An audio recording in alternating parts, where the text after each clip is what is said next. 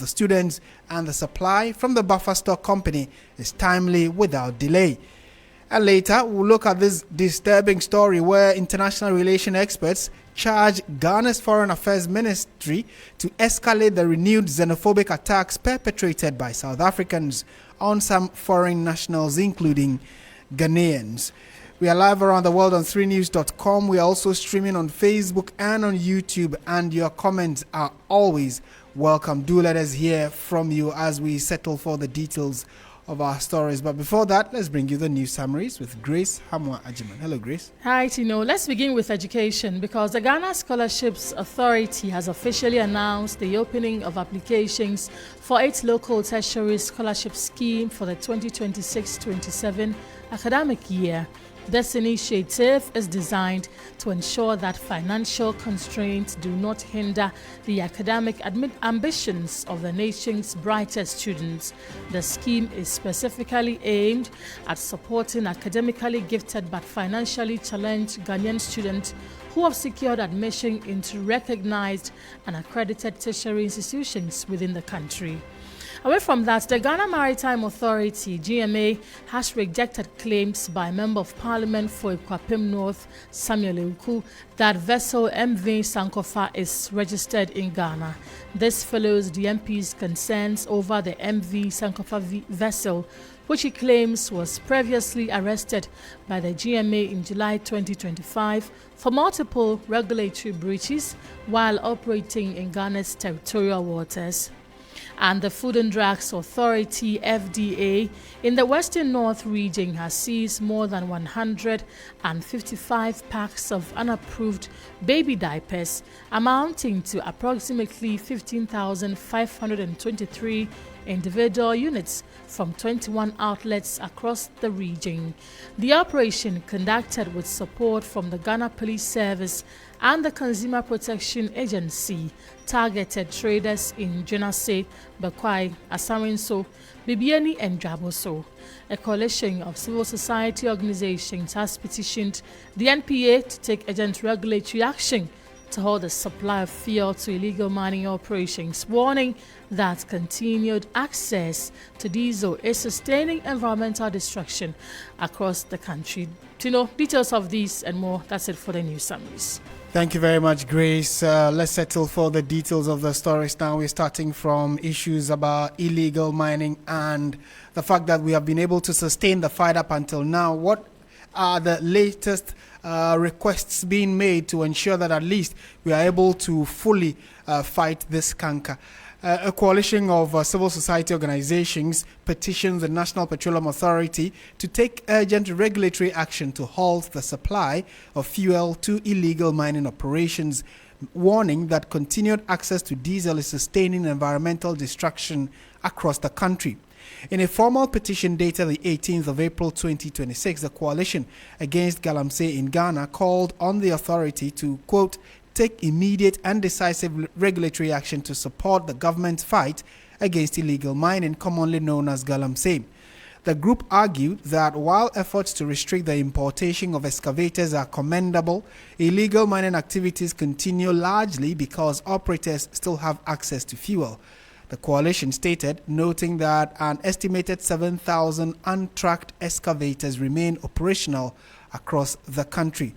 According to the petition, cutting off fuel supply would significantly disrupt illegal mining operations. In a related development, the Church of Pentecost is suffering some effects from illegal gold mining, according to the chairman of the Church of Pentecost, Apostle Eric Nyamiche.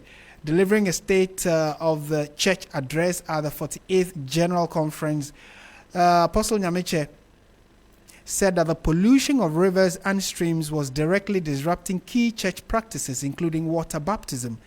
This has forced the church to shift to synthetic rubber pools in affected districts. Let's listen to him, then we can, box it all up and engage Engineer Ken Ashigbe, who is the convener for the Media Coalition. PA or government for that matter should look at restricting access to diesel specifically.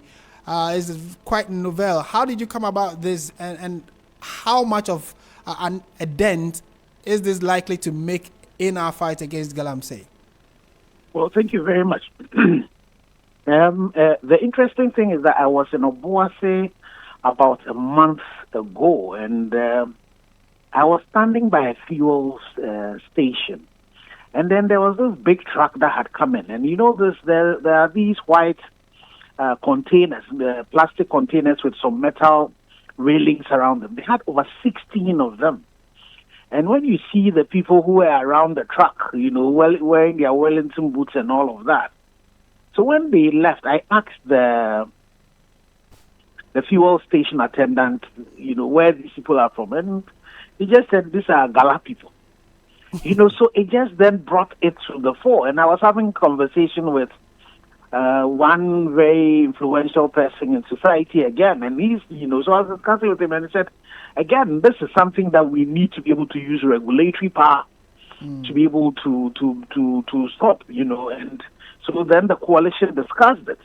And if you consider the fact that the MPA is able to deal with the issues around smuggling, they've been able to deal with the issues around, adulteration of fuel and all of that, then we believe that with all the data that the MPA has, because if you go into some of these communities, the number of fuel stations that are in those communities compared to the vehicular density in those communities and even other heavy machinery that is in this community, the question you'll be asking is that who is buying the fuel?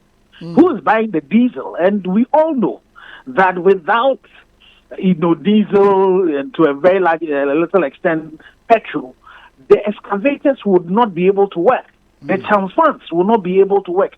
The one legs will not be able to work. The water pumps that they use would all not be able to work. So what we have been doing over these years is that the government has rightly so been able to restrict the importation of excavators into the country, being able to track the new ones. But yesterday, I even found out that the 7,000 that we had put into our petition is woefully inadequate. It's about twice. That is in the system. And all of this are being fueled by you and I, the fuel that our government, the MPA allows to come in. That's what is going into, like what I saw in the Obuasi community. So we believe that if the MPA takes up the job that they are supposed to do, revoke licenses of OMCs that are facilitating it, hold their directors accountable, work together with the police. Because you see, when they buy these things in these aboboyas and these trucks, they will pass, through these police posts. And then we can separate the legal small-scale miners who can be given permits to be able to buy fuel in these tanks, and we know that the large-scale mines, they normally will have their own tankers and their fuel stations within. So we'll be able to separate those who are doing legal mining from these illegal miners, these criminals who are destroying our environment. Can you help us?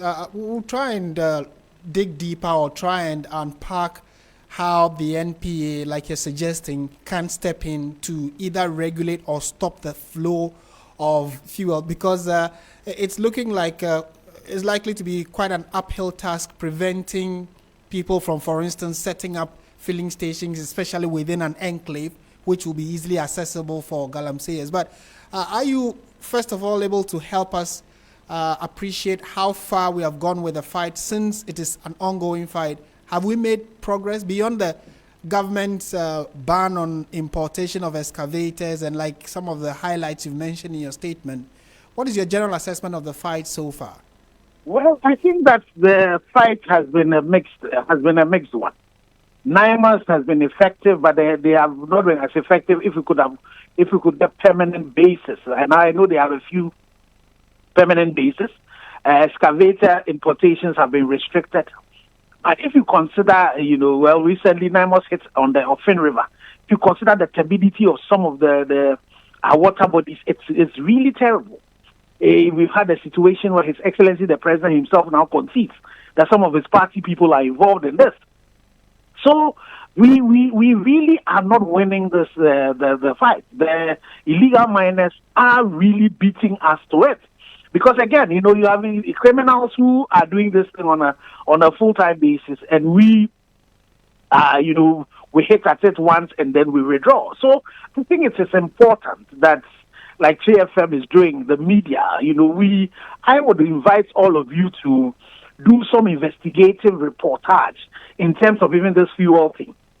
Let's investigate and find out which of these OMCs have actually been set up, that are, purposively providing fuel. You might even be surprised. I will find out that some of these fuel stations have been set up by some of these criminals, because the criminal activity is not the people you find in the pits. It's not the people members who go and arrest. The recent arrests have been done. It is these rich people who can set up a fuel station. So if we really look at it and follow the money, you might find that there might be links between some of the owners of these fuel stations that are in very outlandish communities where all that takes place is the chamfans and the one legs and the illegal excavators that are there. We'll be able to find out so that we can put this thing out in the open. So we should be able to go to the MPA with an RTI to be able to get some more information and dig deep into this. There are issues around prosecution. It's also one of the challenges that we're facing. You hear the numbers that we say are being prosecuted. I think apart from a mining that you're hearing, that is one of the very, influential people that is being prosecuted. Also, you don't hear, in terms of all the prosecutions that are going on, the Chief Justice is supposed to have given us some specialized courts. His Excellency had talked about some tribunals that we're going to set up to focus on that, but we are not seeing much activity happening in that. So, if you take the issues around the turbidity of the water, thankfully, the last time His Excellency met the CSOS, he promised that they were going to regularly publish the water quality. We should be expecting that, by this time, that report should be coming. So 3FM, we will have that, published, and so we can track and see where the progress is, what damage is being done to us, Unfortunately, the situation so far as illegal mining is concerned has not been successful. And that's why this is a novel, way of doing it. Right. We keep on doing other ones, but now we've gone to the MPA. So we are hoping that the MPA will look at the fact that they have the mandate to be able to do that, and look at the fact that there are various offenses that are being committed. And the OMCs need to realize the fact that they cannot be said that they are bystanders. If you look into some of the laws that we have, they can be charged, and be found culpable of some of these things. And the jail terms for some of these things are dire.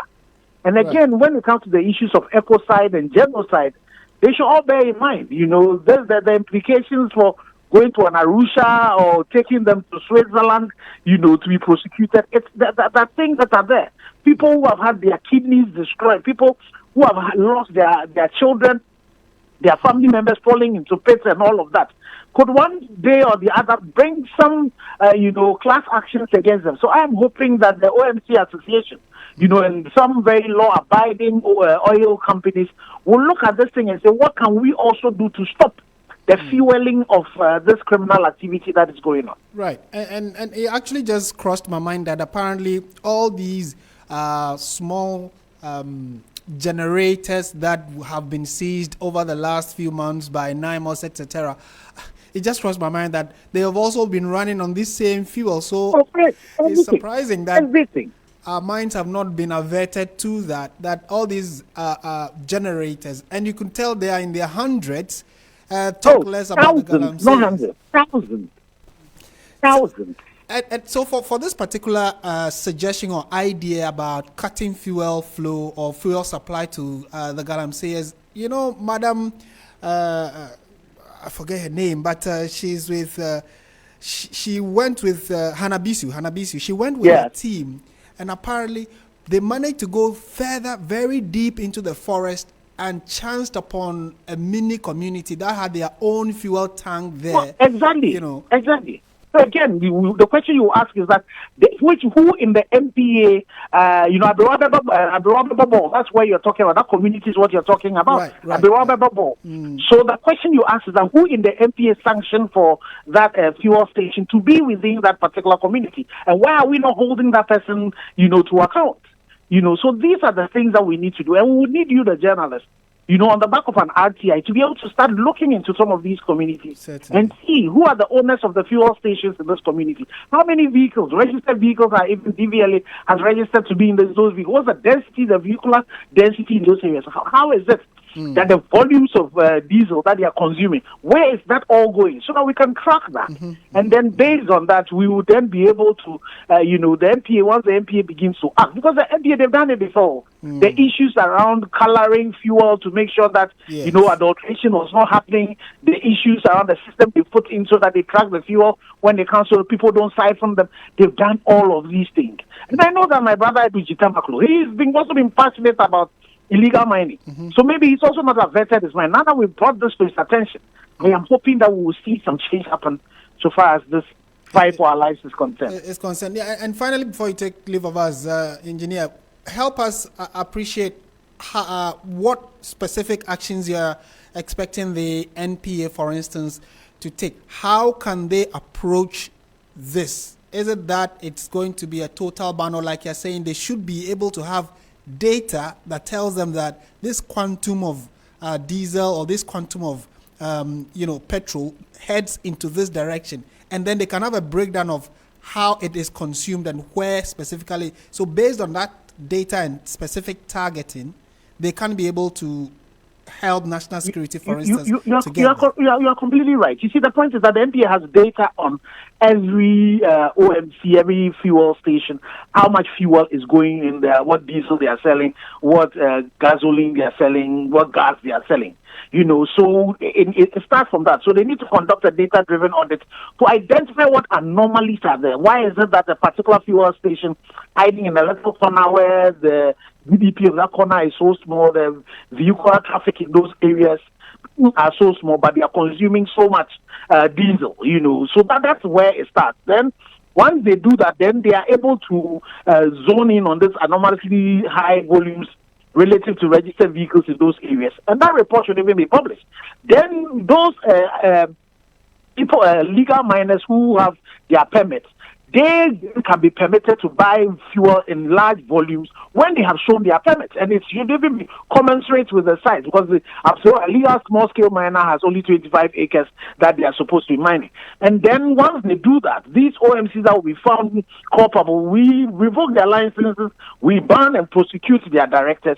And then the other thing is that these OMCs also should be worked together with the MPA, and they should know they should apply some KYCs to who is buying fuel, especially when the person comes to buy, many liters not in a vehicle but into some gallons. And then another thing that can happen is a collaboration with the security officials. Our country has a lot of police barriers. We have a lot of CCTV cameras all over the country that are, that we can use, so that a coordination between the MPA, the police, the immigration, the customs that are around this border post, then they will prevent some of these things, from happening. So this is something that it can be done, and we believe that the MPA would be able to do that to save us. There might be some pains because volumes are going to drop, but to the OMCs, they should know that their kidneys, the air they breathe, their lives are more important than the profits they will make. So this is the time when we are all called upon to be patriotic citizens and not just to be spectators. Right, certainly. Thank you so much for speaking to us this evening, Engineer. Thank you. And that is Engineer Dr. Ken Ashigbe. He is the convener of the Media Coalition Against Galamsey, very passionate about this clarion call that we all need to be a part of, where the new suggestion is that if we're able to cut fuel supply to some of these Galamsey areas, there is a very strong likelihood that it would make a major impact or have a major impact on the operations of these Galamseyers, and would also help in the fight against the illegality. And so what do you make of this suggestion? And if you're in an area that is prone to Galamsey, what do you have to say about this? What suggestions can you also proffer so we collectively win this fight against illegal mining? And I must add that I was quite surprised about this suggestion, which, like I indicated, must have been on our blind side. If you look at the number of generators that have been seized by even the NIMOS operation alone, many of them have been given to farmers to help in irrigation, but it didn't cross anybody's mind that all these generators were using fuel, and these fuel were bought from stations. So, do these stations have the authorization to do the kind of business they are into? Or these people that go to buy them, how can we track them? So if these are just for generators, then you can imagine the fuel that is used by the excavators, which are, larger in size, they will consume a bit more. So it is a very interesting perspective that has been brought to the bigger conversation of the Galamsey operations and how we can win this fight against this. So we earlier indicated that it is not only lands that are being degraded. Apparently religion, with Christianity being the largest in Ghana, is also being affected by Galamsey. You ask how? Well, listen to Apostle Unyina, who is the Apostle Eric Nyamiche, I should say, Apostle Eric Nyamiche, who is the chairman of the Church of Pentecost. Listen to what narration he has been given about how Galamsey is affecting church operations and religion in general. The extensive pollution of water bodies due to illegal mining has hampered traditional water baptism in some mining communities, necessitating a shift to synthetic rubber pools in several districts to carry out the ordinance. Retention of souls. While we give glory to God for the multiple of souls won, a critical challenge, unfavorable rainfall patterns, and the deterioration of cocoa farms have disestablished the livelihood of members who depend on agriculture and farming. These unpredicted environmental conditions, along with the seasonal migration of fisher folks, continue to impact the steady financial growth and stability of affected local assemblies. So you heard the confession, more or less, or like a revelation by Apostle Eric Nyamiche, chairman of the Church of Pentecost. And it is important that this is discussed because if you are a Christian, and a good one at that, I hope, you would know that water baptism is a crucial, important step in the Christian religion, or in the Christian walk. You need to be baptized by water. You need to be baptized in water by immersion, which would mean that the people who are supposed to lead you through the water baptism, they have to be inside, stand in the water. You come along, they hold your nose and then immerse you fully in the water. So imagine you go and then expected clear water is now a Galamsey pool. Would you allow yourself to be baptized in that kind of water? So it's a very critical concern he's raising, and it's also an aspect of the conversation we may not have averted our minds to. So it's good that one of the largest churches in the country and in the world, for that matter, the Church of Pentecost, is talking about how Galamsey is affecting, the important practice of water baptism, and for which reason now they've had to resort to rubber pools, in their churches. Well, John the Baptist, when he baptized Jesus, used a regular water that was, not polluted. And so he didn't need a rubber pool. And so it stands to reason that it is also then in line for Christians to be baptized by a river, running water in a community that everybody, can go to an identifiable place. But it looks as though the illegal activities is pushing Christendom into finding alternative ways of baptizing people who've given their lives to Christ. So what do you make of it? As a Christian, how concerned are you about the fact that you thought Galamsey was something far away, but its attendant impact is actually very close home? Send us a message on this on our social media pages. We are live on Facebook and on YouTube. So do send us your messages. We'll be happy to share it with the rest of the world. This is 3FM 92.7. Stay with us. When we return, we have information that the Ghana Immigration Service in the Ashanti region have been able to save a number of people, 606 individuals in all, and it is for obvious operations that they undertook. Details of that and more in a jiffy. This is 3FM 92.7.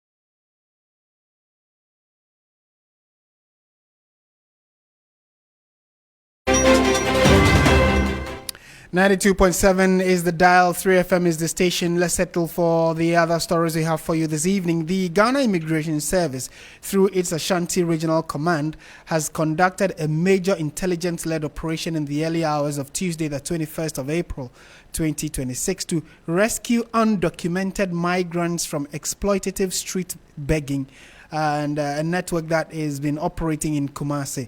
The swoop, which commenced at around 3:30 a.m., targeted several identified hotspots where these networks were known to operate. A total of 606 individuals were rounded up during the exercise. The group comprised 381 children, 153 males, and then 72 females. The operation focused on key areas in the metropolis, including Aswase, Alaba, Akwitia Line, Dagomba Line, Sabonzongo, and Abuabo. Many of these rescued are believed to be victims of organized human trafficking and forced begging. And the Ghana Immigration Service says that the exercise is part of a broader nationwide campaign aimed at addressing the growing menace of organized street begging networks in the country. Let's now speak to Deputy Commissioner of Immigration in charge of Public Affairs Department, DCOI Maud Anima Kwenu. A very good evening to you, ma'am. Thank you for your time. Good evening, TV3. Yes. We know that this, like you indicated, is a nationwide exercise, but help us understand what you mean by these beggars were part of or were victims of organized crime. What exactly do you mean by that? Thank you very much. So, because we said it is intelligence-led, we had collected a number of intelligence from the streets. We had information from the public, the general public, and we also did our own assignment. And so we know that it is the migrant beggars issue starts from a background of a network syndicate which exploits people from the countries we have mentioned, that is Nigeria, Niger, and Burkina Faso. They bring them in. So there's a network that are brought in through unapproved routes into the country. They get them to beg. I mean, it's human trafficking. So when you are promised a job in Ghana, you get to Ghana and you realize that apparently it is begging, and you have no choice but to fall for it. They sit at all our intersections, harass people, and collect money for their campaigns who brought them into the country. So that is how we got our information. And so what? These victims start the begging, they get money, and then they make payments to, like they are supposed to make payments to their those who brought them in.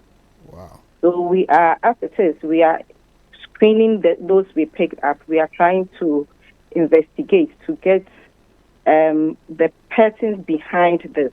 Presently, we are treating these people as victims of trafficking.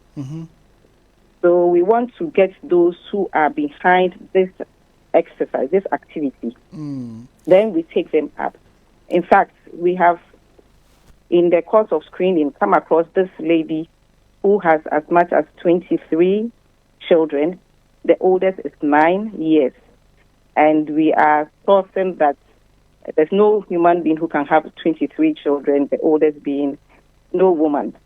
So we are questioning her further to find out where she got all these children. So that is the latest news we have picked up from the screening point.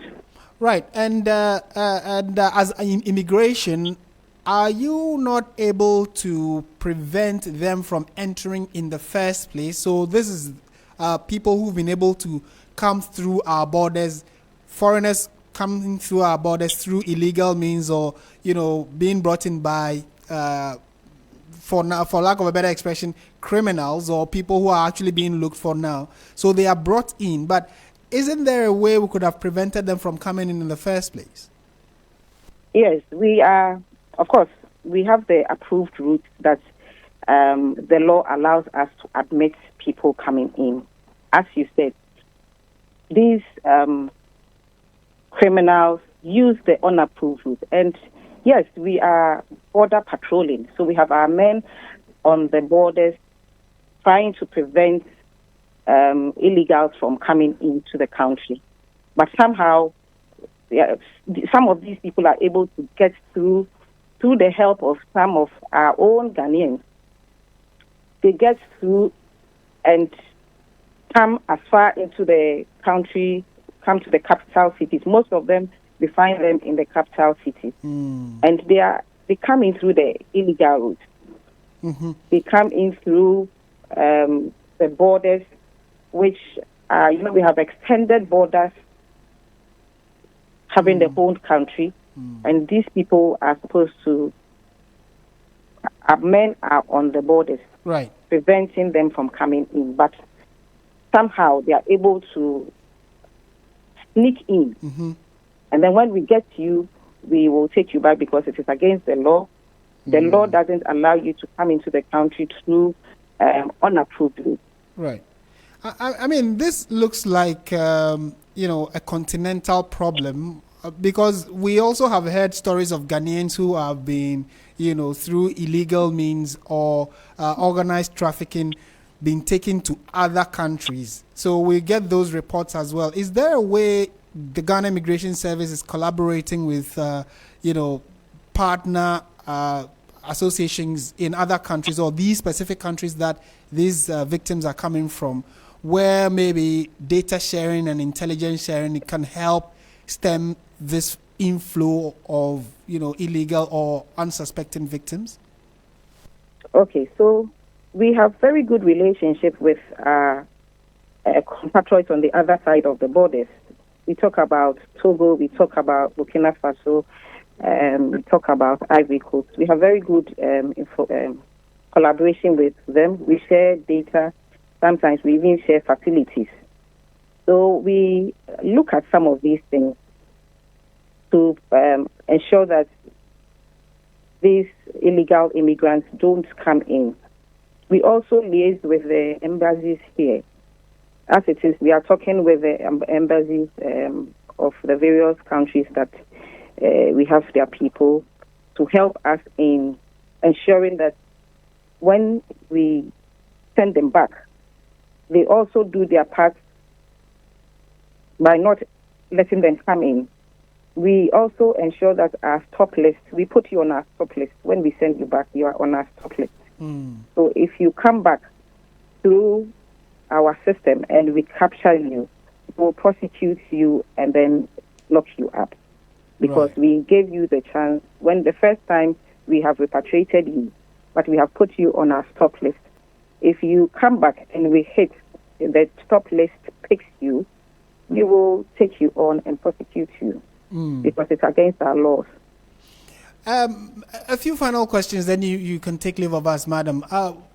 For our listeners and viewers on Facebook and on YouTube, we can see the numbers. This is quite a huge number of individuals who've been able to save from these criminal gangs and streaming on our Facebook and the YouTube as we speak. And just seeing the numbers bring this question to mind that now that they are in your custody, quote unquote, your custody, how are you managing for them and how quickly are you able to screen, process them before whether deportation or some of them will stay to help with further investigation? How does all of that play out? So before we bring them in, we have put everything, it's planning, we have put everything in place. So when they come, we screen them and immediately we send you out. So far we have repatriated 436 of them to their various countries. We have left 151. That is 85 Nigerians and 66 Nigerians, and they are currently being held at the holding center. We quickly will process them and send them out. Right. And we are doing this in collaboration with their embassies, the various embassies.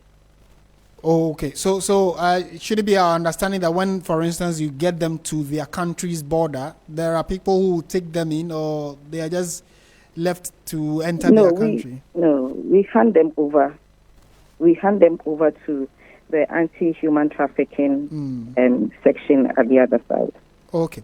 And finally, we know that you are putting in as much effort to ensure that this is reduced to the barest minimum or probably halted completely.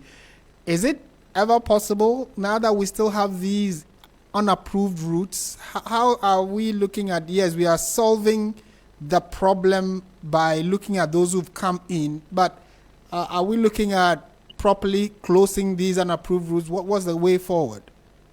So we are deploying more men on the borders to ensure we are able to cover more of the gaps we find along the borders. And as I said, they are put on the stock list, and it's a way of ensuring that when they come back, we can pick them up and then work on them. Madam, thank you so much for speaking to us, and we wish you well and support you in this endeavor to rid our country of first the illegal individuals and then also the immigrants as you plan to take them back and go through your screening process. Thank you for your time. Thank you too. And you heard the Deputy Commissioner of Immigration in charge of Public Affairs Department, DCOI, Maud Enima Kwenu, giving us a bigger perspective of what they've been undertaking so far. She says a number of people have been deported so far. Many have already been screened, would also be deported in the coming days. But from their last operation in the Ashanti region, they've been able to rescue about 381 children. That is quite a substantive number. 153 males and then 72 females. And all these people, based on the data that the Ghana Immigration Service has gathered, are people from outside Ghana, mainly Burkina Faso, Togo, Niger, Mali, Nigeria also. And they were brought in through unapproved routes and by a criminal gang of human traffickers. So they are working with sister organizations to cut completely this inflow or the operations of the illegal human traffickers, and then also hoping that they can fix the problem, going forward. But it is quite disturbing, especially the number of children. And like she indicated, there is a woman they are investigating who has in excess of about 20 or 30 children, and the eldest among them is 9 years old. So how can you have about 20 children with the eldest being 9 years old? You can't even do that if you were 100 years. So it is a major point that they are looking at expanding investigations into to get to the bottom of it. But do let us know what you make of this very surprising story, a disturbing one as well, on our various social media platforms. For those of you who are watching us on Facebook and on Twitter and YouTube, I'm sure you've seen some of the videos and pictures of the individuals who've been rescued and the way the immigration officers are hoping to ensure that they are properly captured into our database and then placed on the stop list so that they do not come in through the illegal means again. Stay with us. When we return from this quick breather, we'll take you to issues of education, where the heads of the heads of assisted senior high schools or assistant senior high schools have debunked an allegation that there is food shortage in a number of the secondary schools. How true is this? We'll delve into it right after this.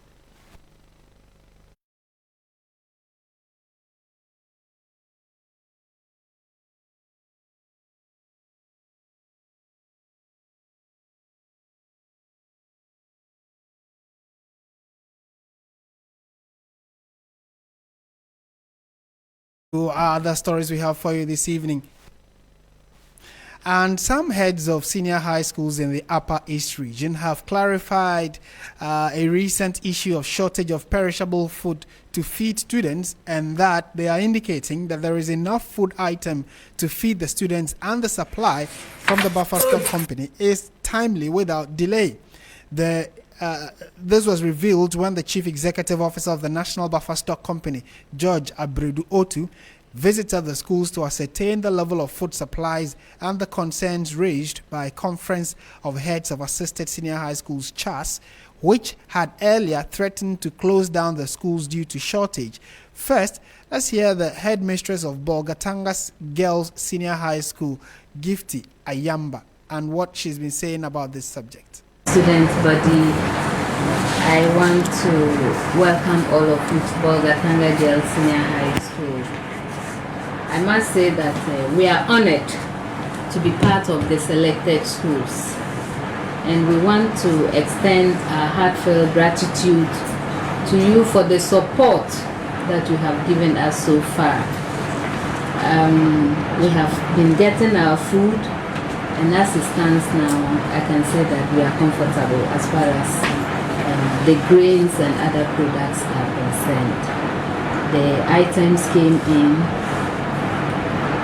So far, we haven't encountered any challenges as far as buffer food distribution is concerned. We want to thank you very much for that. Okay, thank. And that is Gifty Ayamba, Madam Gifty Ayamba, who is the headmistress of the Bolgatanga Girls Senior High School. And we now listen to the CEO of the National Buffer Stock Company, George Asiedu-Dartey, who's also been expressing his thoughts on this particular development. It's impressive. It's impressive, except that the students will have to consume more. They have to consume more to make sure that the food goes on so that we can do the other supplies. So they have to consume, they have to feed them more. Because I hear, you may be surprised, with all this, they will be giving the students, 10 students to 1 10. Why, how will this thing be consumed by the student? And at this age in their lives, they need the proteins to develop well. So please, that is it. So seeing this, we are impressed. There's food, there's no question of shortage, but the school will have to do more to let the children consume so they don't expire. All right? So that is where you are making a mistake. The child has no problem with buffer store. Their problem is with the perishables. We are dealing with non-perishables. These are all non-perishable. We classify them as non-perishable. So CHAS, they don't have any problem with that. The national president of CHAS was at pains to explain, or I think the deputy, the vice president, he was at pains to explain that the problem is not about the non-perishable, but with the perishable. That's tomatoes, pepper, contomere, onions, and those are the things that they were complaining about. That they were running short of, because for 7 months they have not been paid, the money has not been given to them, and that they are having problems with their creditors. So that's why it is. It has nothing, let them understand that this has nothing to do with sorry, buffer stock. Alright, so they are okay, as you can see here. There's no problem about food shortage. The headmasters and headmistresses have all said that to that extent. And so you heard George Asiedu-Dartey, who is the Chief Executive Officer of the National Buffer Stock Company. This is 3FM 92.7. Stay with us. We will get into some other interesting stories, especially the concerns coming from South Africa, where a number of Ghanaians or Africans in general are being attacked verbally. It used to be very physical and violent, but a new video circulating on social media clearly shows some South Africans talking to a Ghanaian where they were warning them that they do not need any other African in South Africa. A very concerning story. We have details of it right after this. Every woman deserves her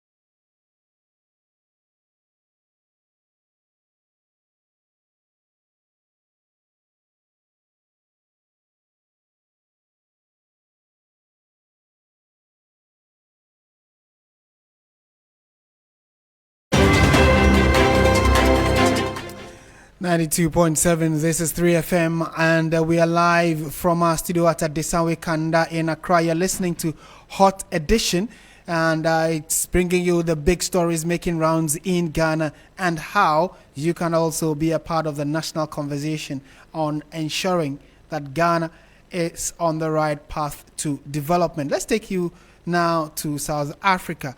And international relations experts have charged Ghana's Foreign Affairs Ministry to escalate the renewed xenophobic attacks on some foreign nationals, including Ghanaians.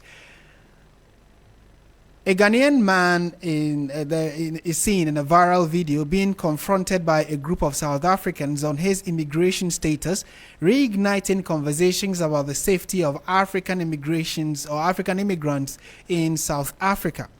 The recurrent attacks over the years have targeted Africans from Nigeria, Zimbabwe, Malawi, Mozambique, Ghana, and other neighboring African countries. Some of the attacks are carried out by thugs, leading to arsons on foreign-owned shops, physical assault, and even death. Others are more confrontational, led by political groupings like the March Movement and Operation Dudula. Apart from the ambushing of African immigrants and demanding proof of legal stay or permits to work, these groups also embark on street demonstrations and other forms of protests. Speaking to 3FM earlier, Dr. Victor Doke, Security and International Relations Analyst, says that the issue should be escalated to the African Union because of its recurring nature. I think the first stage is where we have our foreign minister engaging with BS and then going overboard with other foreign ministers in them. Now, I should expect that our foreign minister should escalate this to the African Union, very much so, and where even the presidents will have to come in, because I don't see this, ending soon. We've talked about it happening before, prior to this very incident. It has happened before, and we don't know if it's going to happen next year. All were engaged. The other African leaders who are no more were engaged with regards to their fight when it came to apartheid. I think collectively we need to also drum home the fact that we are one. If we are talking about African unity, then the AU's aspect of Pan-Africanism, this is one of the reasons why we cannot engage as collectively as we should. I think the security apparatus should do well, and then there are video evidences. They should arrest some of them to send a message to the South Africans that this is not right, it's against the law. Now, if you have an incident where other nationals also take up arms, protect them, self-protection or self-defense, then it becomes worse. And that's Dr. Victor Doke, who is an international relations and security analyst as well. Now, Dr. Draman Kipo-Sunyahi, who is also an international relations expert, has been challenging the South African government and asking them to find a solution to these recurring attacks on colleague Africans, saying that it is quite disappointing that South Africa had the entire backing of the continent, or at least most of Black Africa, supporting them during the apartheid era. Now that they have their freedom, they seem to be, throwing or biting back the same group of Africans that supported them during their tough times. Dr. Kipo-Sunyahi is advising the government of South Africa to come up with a proper solution and strategy in addressing this particular problem. Nationality. But the problem is that the country itself needs to put itself, the South Africa needs to put itself in the right order. So South African authorities actually need to put their house in order, because the citizens are thinking that all the hardships that they're having, the crimes, the economic hardships, the unemployment, it is other Africans that are creating the problem. And that certainly should not be the case. So every time they attack Africans and think that you are taking our jobs, you are taking our university, you are taking our wives, you are taking our... So that is something that I think that the country needs to set up. And that is where I will put it. South Africa is a big country in Africa, and the leaders should get the country fixed, because we cannot continue to put the issues at the doorsteps of migrants. Every country needs migrants. And South Africa need migrants. They must not say that migrants are their problem. Migrants are not their problem. The challenges need to be fixed in that country, and that is where I will start it from. Right. South Africa also need to fix their own problems. Well, it is just a diplomatic effort, and usually in diplomacy we expect every country you try to carve a good image for yourself. And what they are just doing is to be able to talk to high commissioners and ambassadors across Africa that is not the real intention of South Africa. South Africa is not at war with African countries. South Africa is not fighting other Africans. So that is right, and that is appropriate in diplomatic cycle. But as I said it, the problem is with South Africa. And the citizens have refused to admit that there are internal problems, but they are putting the problems on migrants, which I think it is absolutely wrong. Dr. Draman Kipo-Sunyehi is an international relations expert and analyst, talking about the development in South Africa, where citizens in that country are, attacking. Currently it is verbal, but in the time past it has been beyond verbal. It's been physical, and it's been quite damaging. In more news tonight, before we take leave of you, we are shifting our attention to the National Petroleum Authority, and the Chief Executive Officer of the authority, Asiedu-Dartey, says persons who siphon fuel from tankers will be arrested and prosecuted, indicating that footage from all tanker accidents are being submitted to the police for investigation and identification of suspects for arrest. He expressed concerns over the conduct of residents who always take advantage of tanker accidents to fetch fuel products despite the dangers posed by this action. During an engagement with members of the Energy Committee of Parliament, the CEO of the NPA, Asiedu-Dartey, described such practices as barefaced stealing that ought to be cracked down to ensure public safety. Whenever there are tanker accidents, our people will move from their homes with gallons, the Kufor gallon. They are going to punch a hole into the tanker and begin to siphon the product. That is barefaced stealing. And because you are trying to punch a hole, ignition, the next thing is boom, and everybody is gone. So for the media here, we want you to use your platform to help us educate our people that when you see a tanker accident, please don't go near it. Don't go and pick your bucket from the house to say you are going to fetch the product. You are inviting death to your home. It's unfortunate our people do this. We have also decided that all the accidents, we are picking the video recordings and giving it to the Ghana police to identify the known faces for arrest and prosecution. Because we've seen that in particular communities from Nsawam to Kumasi, anytime it happens within that stretch, there are some gangs who do those operations. And so we are also getting the police to monitor and effect arrests for the purposes of prosecution.